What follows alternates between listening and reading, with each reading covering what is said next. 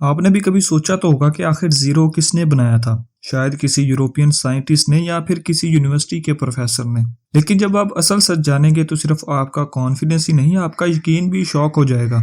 जो चीजें आप वेस्ट की देन समझते हैं वो असल में ऐसी सिविलाइजेशन का हिस्सा थी कि जिसका जिक्र किताबों में कम और म्यूजियम वॉल्स में ज्यादा मिलता है। ये वो इन्वेंशंस है जिन्होंने दुनिया बदल के रख दी थी, लेकिन इन इन्वेंशंस की वजह से उन लोगों को शोहरत मिली जिन्होंने इन्हें बनाया ही नहीं था और हकीकत को भी छुपाए रखा।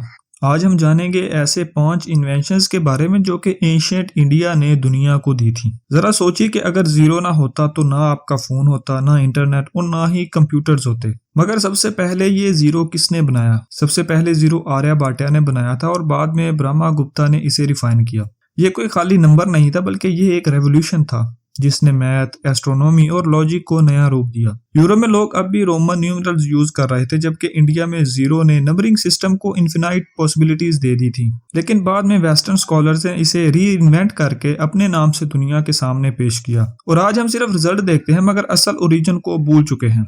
आप समझते होंगे कि प्लास्टिक सर्जरी एक मॉडर्न मेडिकल मिरेकल है, लेकिन इसका असर राज छुपा है 2600 साल पुरानी एक किताब में, सुश्रुता सुमिता, जिसमें नोज रिकंस्ट्रक्शन, स्किन ग्राफ्टिंग और बैटलफील्ड इंजरीज का जिक्र है। 600 सदी ईस्वी में जब दुनिया में दर्द का इलाज भी मुश्किल था, तब सुश्रुता बैटलफील्ड सोल्जर का इलाज प्लास्टिक सर्जरी से करता था। आज भी वेस्टर्न मेडिसिन इस एंशिएंट इंडियन टेक्स्ट को रेफर करती है, मगर कभी इसका नाम सिलेबस में नहीं लिखा जाता। सोचिए, क्या ये सिर्फ इलाज था या फिर किसी सिविलाइजेशनल इंटेलिजेंस का साइंटिफिक प्रूफ था? क्या आपको पता है कि एरोप्लेन का कंसेप्ट भी इंडिया की किताबों में था? रामायण और ऋग्वेदा में पुष्पक विमान का जिक्र था, एक ऐसी फ्लाइंग मशीन जो आसमान में उड़ती थी। और ये सिर्फ एक इमेजिनेशन नहीं थी बल्कि डिटेल्ड टेक्निकल फीचर्स के साथ लिखी गई थी। वैमानिका शास्त्र एक पुराना संस्कृत टेक्स्ट है जिसे नासा के इंजीनियर्स ने भी स्टडी किया था। कुछ लोग कहते हैं कि ये सिर्फ सिंबॉलिक है, मगर कुछ लोग कहते हैं कि ये सब रियल था। मगर सवाल यह है कि अगर ये कॉन्सेप्ट इतना क्लियर था तो क्यों इसे सीरियस नहीं लिया गया? शायद इसलिए कि इसका ओरिजिन इंडिया था और नैरेटिव किसी और के हाथ में था।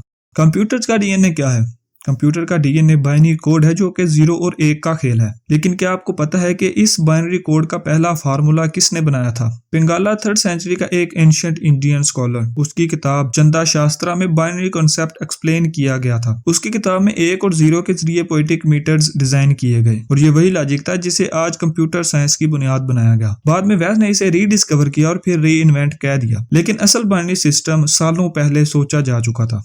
आज आप कैलकुलेटर यूज करते हैं और इसमें डेसिमल लगाते हैं, मगर डेसिमल सिस्टम का असल घर कहाँ था? एंशिएंट इंडिया, जहाँ प्लेस वैल्यू, जीरो और डेसिमल सब कुछ एक साथ एग्जिस्ट करता था। लोग कहते हैं कि कैलकुलस और ट्रिग्नोमेट्री यूरोप की इन्वेंशंस है, लेकिन स्कॉलर जानते हैं कि उनके रूट्स आर्यभट्ट, भास्कर और वराहमिहिर के काम से आते हैं। Astronomy, planetary motion, angles, sine and cosine सब कुछ इस किताब में लिखा गया था। लेकिन उस वक्त दुनिया इस सोच को मैथोलॉजी कहकर इग्नोर करती रही। साइंस किसी रेस का हिस्सा तो नहीं होती, लेकिन क्रेडिट लेना हर दफा फेस्ट का हक बन गया था। ब्रिटिश ईस्ट इंडिया कंपनी सिर्फ लूटने नहीं आई थी, वो सोना, चांदी या स्पाइस नहीं लेकर गई, बल्कि वो लेकर गई सिविलाइजेशनल विजडम। लाइब्रेरीज जलाई गई, स्कॉलर्स को चुप करवा दिया गया और टेक्स्ट मिसिंग कर दिए गए, और फिर वही नॉलेज कैम्ब्रिज और ऑक्सफोर्ड के नाम से वापस दोबारा लॉन्च किया गया। और आज हम खुद नहीं जानते कि हम क्या खो चुके हैं। हमारी किताबें, हमारी हिस्ट्री और हमारी आइडेंटिटी सब किसी और के नाम से छपी हुई हैं। सोचिए, आज भी कोई बच्चा जीरो की कहानी सुनता है तो वो आर्यभट्ट का नाम नहीं बल्कि न्यूटन या लेबनीज का नाम सुनता है। ये सिर्फ हिस्ट्री की कंफ्यूजन नहीं बल्कि ये आइडेंटिटी के क्राइसिस है। लेकिन अभी भी वक्त है कि अपनी खोई हुई विरासत को दोबारा समझा जाए, सिर्फ फख्र करने का नहीं बल्कि वक्त है खुद को जगाने का।